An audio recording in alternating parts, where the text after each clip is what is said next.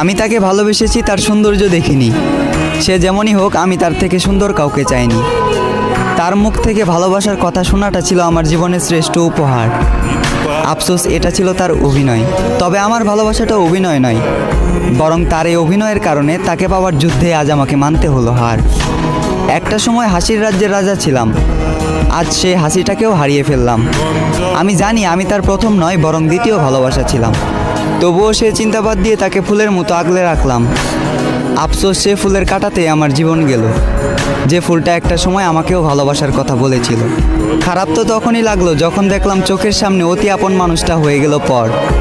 চোখ দিয়ে ঝরল বৃষ্টি, বুক দিয়ে বয়ে গেল কালবৈশাখী ঝড়।